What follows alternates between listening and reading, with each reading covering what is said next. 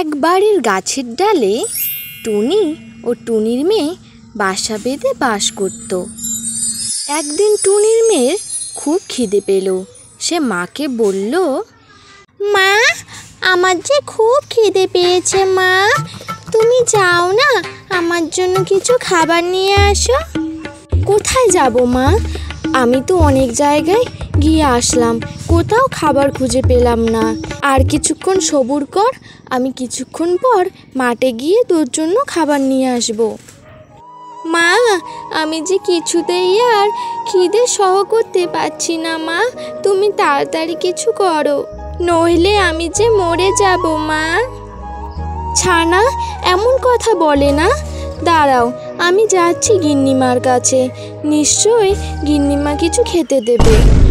তারপর টুনি গিন্নিমার কাছে যাওয়ার উদ্দেশ্যে রওনা দেয়। কি গো টুনি, কি মনে করে এলে? সব ঠিকঠাক আছে তো? গিন্নিমা, আমার মেয়েটা খিদের জন্য কান্না করছে। গিন্নিমা, যদি কিছু খাবার দিতেন, আমার মেয়েটা কিছু খেতে পারতো। টুনি, তোকে আর কি খেতে দেব? আমার ছেলের জন্য খাবার নেই, বুঝেছিস? এইটুকু ভাত আছে, তোর দাদাবাবু খাবে। তুই না হলে অন্য সময় আসিস, তখন নিয়ে যাবি। গিন্নিমা, ওখানে তো অনেকগুলো ভাত দেখতে পাচ্ছি, এক মুঠো ভাত আমাকে দাও না গিন্নিমা। বেশি বকবক করিস না তো, যা এখান থেকে, বললাম তো অন্য সময় আসিস। টুনি সেখান থেকে মন খারাপ করে বেরিয়ে যায়। তারপর সে তার মেয়ের কাছে আসে। মা, কি নিয়ে আসলে? দাও দাও, আমি খাবো, আমার খুব খিদে পেয়েছে। টুকিমা, গিন্নিমার কাছে অনেকক্ষণ খাবার চাইলাম, কিন্তু গিন্নিমা কোনো খাবার দিল না। গাছে চুপটি করে বসে থাক, আমি মাঠে গিয়ে খাবার খুঁজে নিয়ে আসছি। আচ্ছা মা, যাও, তাড়াতাড়ি ফিরে এসো। তারপর টুনি খাবার খোঁজার উদ্দেশ্যে বেরিয়ে পড়ে। কতক্ষণ ধরে খুঁজেই চলেছি, কোথাও তো কিছু খাবারও দেখতে পাচ্ছি না। ওই তো ওই বট গাছের নিচে একটা হাঁড়ি দেখতে পাচ্ছি, দেখি সেখানে কিছু আছে কি না। এ কি, এটা তো ফাঁকা হাঁড়ি। এখানে যদি এক মুঠো ভাত থাকতো, তাহলে আমার মেয়েটা খেতে পারতো। এ কথা বলতে না বলতেই সেখানে এক হাঁড়ি ভাত চলে আসে।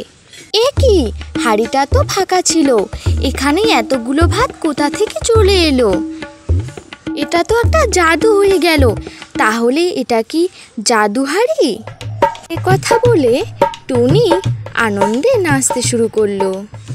আজ থেকে আমরা আর না খেয়ে থাকবো না, আমি আর আমার মেয়ে সারা জীবন খুব খুশিতে থাকবো। তারপর টুনি হাঁড়িটিকে নিয়ে বাড়িতে চলে আসে। টুনি ও টুকি মনের আনন্দে খাবার খেতে থাকে।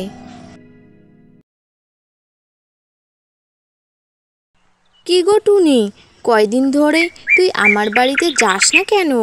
কতগুলো বাসি ভাত আমি ফেলে দিই, সকালে গিয়ে তো নিয়ে আসতে পারিস। গিন্নিমা, আমাদের এখন বাসি ভাত খাওয়ার কোনো অভ্যাস নেই, আমাদের এখন যাই খেতে ইচ্ছা করে আমরা তাই খাই।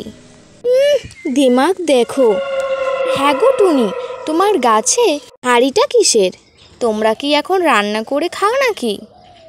না গো গিন্নিমা, কাউকে বলবেন না, তাহলে আপনাকে বলি। না না টুনি, আমি কাউকে বলবো না, তুই আমাকে নিঃসন্দেহে বলতে পারিস। গিন্নিমা, এটা হলো জাদু হাঁড়ি, তুমি এখান থেকে যা খেতে চাইবে তুমি সেটাই খেতে পারবে। আমি এটা উত্তরের বটতলার নিচে পেয়েছিলাম। গিন্নিমা, কি খাবেন বলুন, আমি আপনাকে হাঁড়ি থেকে সেই জিনিসটাই বের করে খাওয়াবো। না গো টুনি, আমি কিছু খাবো না গো, যাই, আমার অনেক কাজ পড়ে আছে। গিন্নির হাঁড়িটির প্রতি লোভ হয়, কিন্তু কিছু না বলে সে ঘরে চলে যায়।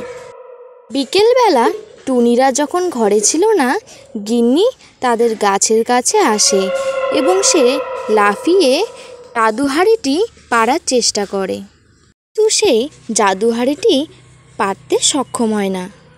যাই, জাদু হাঁড়িটি তো পারতে পারলাম না, এক্ষুনি এখান থেকে যেতে হবে, না হলে টুনিরা চলে আসবে। হ্যাঁ গো, তুমি বললে টুনির গাছে একটা জাদু হাঁড়ি আছে, সেটা কখন চুরি করবে? আমার যা তর সইছে না। আস্তে কথা বলো, টুনি যে শুনতে পাবে, শুনলে সে এখান থেকে চলে যাবে। আমি শুনে এসেছি কিছুক্ষণ পর টুনিরা আত্মীয়র বাড়িতে যাবে, তখন টুনির জাদু হাঁড়িটা চুরি করে নিয়ে আসবো। এসব কথা টুনি বাইরে থেকে লুকিয়ে লুকিয়ে শুনতে পায়।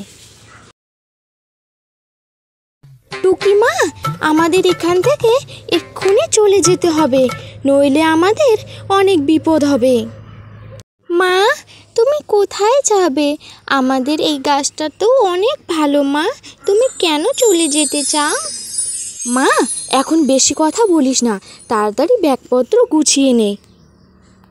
তারপর তারা ব্যাগপত্র গুছিয়ে সেই গাছ থেকে চিরকালের মতো চলে যায়।